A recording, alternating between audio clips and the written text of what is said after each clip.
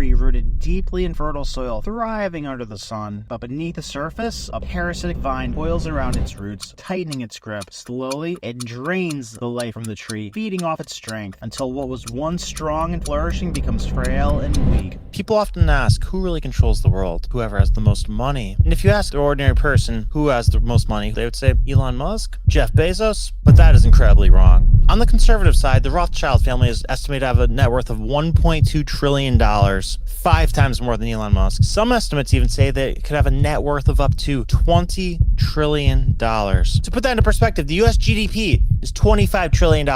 Everyone keeps asking, why is it that Israel has so much influence over the United States? And I keep saying, the Rothschilds own the United States. There's a quote that says, the Rothschilds have conquered the world more thoroughly, more cunningly, and much more lastingly than all the Caesars before them. As far back as the 1800s, they had a collective net worth of $6 billion.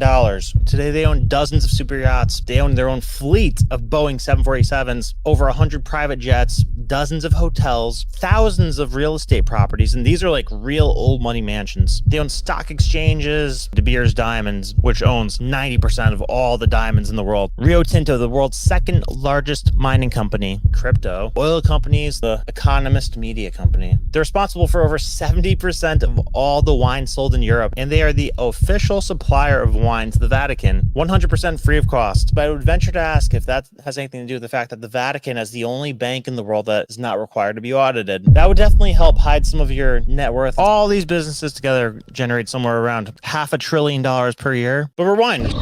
Whenever people tell this story, they take the position of, oh, the Rothschilds are objectively the bad guys in the story all the way through, but that's not at all the case. So at first, this guy could not have been in a worse situation. Meyer Rothschild found himself in as helpless as a situation as a child could possibly be in. Meyer was born in the mid-1700s on a street that was literally called Jew Street. Meyer grew up in a terrible area. So in Frankfurt, Jewish people were terribly segregated. They were forced into these cramped ghettos, stacked on top of each other in these huts. They had a small amount of areas of work that they were even allowed to participate in, and they were taxed disproportionately to everybody else in the community and could not leave the confines of this quote-unquote Jew Street for the majority of the week. So Meyer's the oldest of 3 boys. His parents own a small business where they're basically money exchangers, like, you know what the Forex market is today? And this was a pretty high in demand business because in this location, Frankfurt, which would eventually go on to be Germany, at the time it was called the Holy Roman Empire. It was divided up into 350 principalities, each with its own currency. So let's say you lived in Principality A. You wanted to go buy something in Principality B. You'd have to take your currency from Principality A and go exchange it for Principality B's currency so that you could make a purchase there. And Catholics, who are the majority of the population in this area, they're prohibited from what's called usury.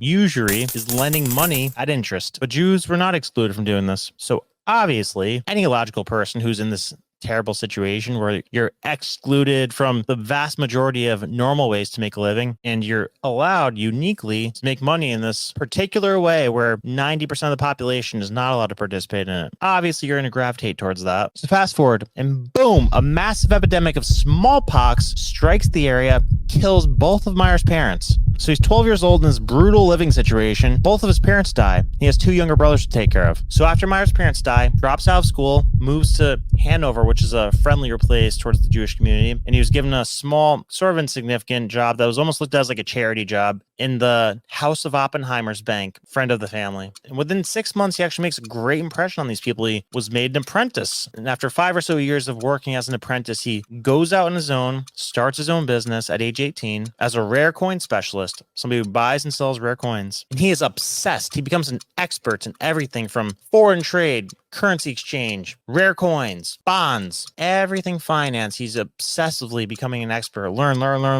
So take a look at how ahead of his time this guy is. So he starts doing what you would call modern day copywriting. He starts a mail order log, and he obsesses over every last little detail of specific words, the headline, the font, the color. So he gets married, ends up having 10 kids, but get this, his wife gave birth 20 times. 10 out of the 20 kids did not make it. So he has 10 kids, wife gave birth 20 times. until they rolled back in the day. Today, women complain about having more than 2 kids. So by now, Meyer's pretty much gone from absolute poverty to a good middle class income. But like most successful people, not at all content with that. So he's like, all right, I know what I have to do. Here's something to level up. Starts becoming obsessed with trying to get just an appointment, a conversation with this guy named Prince William of Hesse Castle. This guy's basically the richest person in the world at the time. And Meyer's absolutely obsessed with trying to contact this guy in any way, shape, or form. It's all he's thinking about. And one day, a very well-known military officer strolls into Meyer's store, checking out the coins, chatting it up with Meyer, and he's blown away by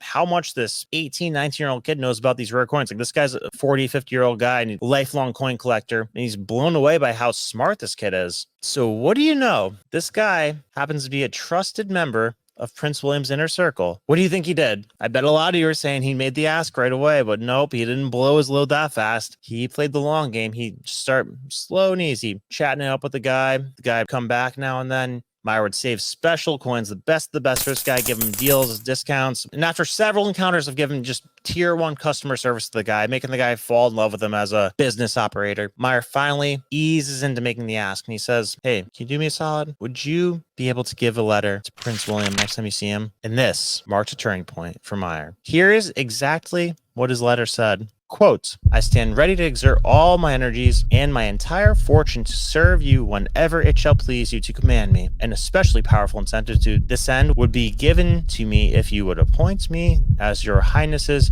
court factor. I make this request with the utmost respect, as it would cause you no trouble and it would help me in so many ways. So a court factor is basically a money manager. So he was asking this guy, the prince, if he could have the honor of being his money manager. He says yes. So he starts off by doing limited business with him, handling limited amounts of transactions. But key thing, he was able to put a plaque over his business that stated that he had done business with royalty. To understand the significance of this, imagine today you start an online store where you sell cardboard boxes. You write a letter to Jeff Bezos saying you want to be the box provider for Amazon. He says yes, and you're able to put on your website, official partner of Amazon. That's the type of impact this would have had back in the day. So he makes this happen at age 25. So this is a big paradigm shift for the family. 10 years, Meyer goes from dirt poor orphan peasant to a business owner who does business with royalty. Nothing crazy yet. He's still middle class, but if Meyer was the engine of the family, his 5 sons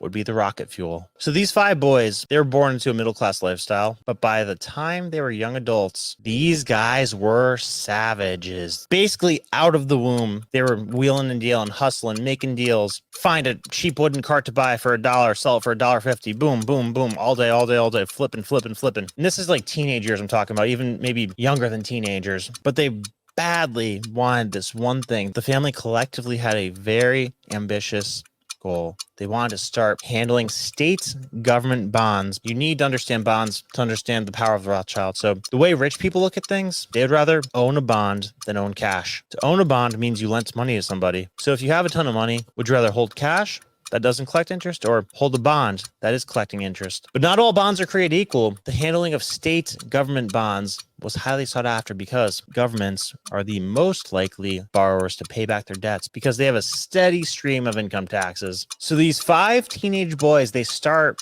begging the established bankers to let them be just the middlemen between them and Prince William. They were quoted as saying things like, oh, come on, let us just handle all these annoying inconveniences for you. It's just going to be hard work for us and taking the annoying stuff away from you. Just delegate, come on. So the bankers are like, okay, fine. They agreed to a small fee and considered just like grunt work. All right, yeah, sure. Well, these guys are sharp. We know that they're with Meyer. Meyer's good with nobility. He's one of Prince William's guys. So yeah, we'll trust him. We'll let them do these small things. No big deal. But the boys, they make a very good impression on Prince William. They were fast, competent, capable, boom, boom, boom, no problems. Now remember, a simple money transfer back in the day consisted of taking physical objects from point A to point B. If these bankers wanted to give money to Prince William or Prince William wanted to take a withdrawal, make a deposit, it was a physical transaction where you had to carry said money, said deposit from point A to point B. So the 5 boys, they were able to do this faster, cheaper, more efficiently than banks were able to do. And they were doing this at such a cheap rate that they were barely making money. They were basically doing an audition to show how reliable they could be, how trustworthy they were. So by 1804,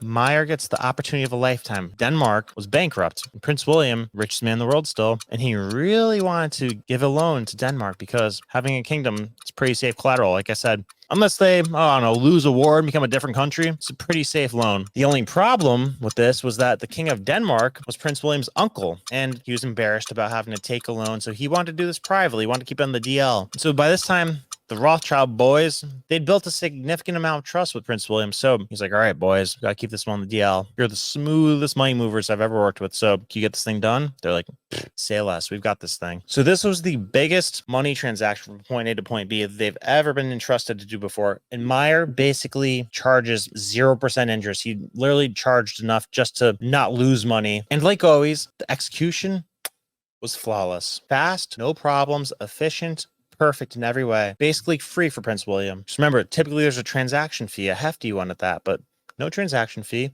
just enough to cover the expenses of moving the money, and done like professionals. Prince William, blown away. He was so impressed that he finally makes Meyer his primary money manager. Because what happened before, he makes him his court factor, but kind of kept him at arm's length. But after this, he became his guy. Any transaction he would do in the future, he would go with them. And oh my God, the big banks, furious. This would be like if a crypto startup became the primary bank for Elon Musk and took business away from JP Morgan and Goldman Sachs. They were basically a crypto startup. Unthinkable. But they did it. They were better. They moved faster. They were smoother. They were cheaper. And the banks just couldn't compete with it. It was not profitable to do so. They were too cumbersome. And why was Meyer willing to do this basically for free? Well, Meyer did say once, quote, "Let me control a nation's money, and I care not who writes the laws." And he was on the fast track to controlling the money of the nation. But this, of course, was just the tip of the iceberg for the grand vision that Meyer had. So one critical aspect of the Rothschild family, which was probably their biggest reason for their unmatched success, was that Meyer always emphasized unity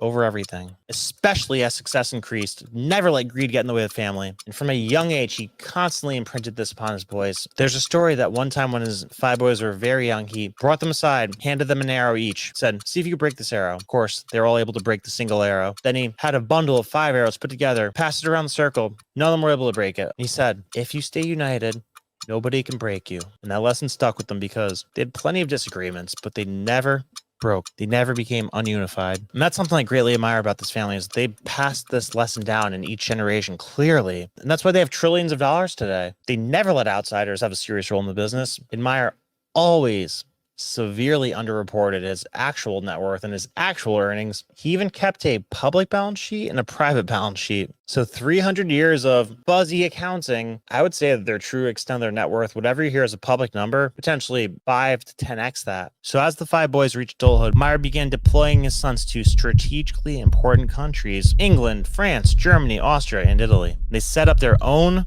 banking operation in each country. And Meyer was so strategic that he decided which country to send each son to based on their personality. For example, Nathan, even though he wasn't the oldest, he was the most aggressive, boldest. They called him the general, his brothers did. Meyer sent him to London because it was the financial capital of the world, the harshest competition, the most to gain. The brother Solomon was the calmest, most graceful. He was sent to Austria because Austria was the most anti-Semitic out of all the large countries. They didn't even allow Jewish people to own a house in Austria. When they went on to get extremely rich, he actually rented out an entire hotel for himself because he wasn't allowed to own a house. Now, we're in the early 1800s and the French Revolution's developing. Here's where it starts getting insane. In the next episode, you're going to discover the demonic forces that were really behind the French Revolution. And this guy Napoleon, who we're told was this conqueror or emperor, in reality, he was just a pawn being used by the real masters of the world. If you want to know the direction the series is going in and the sources that I've used and the books that I'm using especially, join my Patreon. Recently started a group called the Forbidden Book Society, and the main books that they're trying to remove from circulation, I'm going to be posting on the Patreon, telling you what they're about and where you could find them, possibly even ranking them. And also you will have voting rights,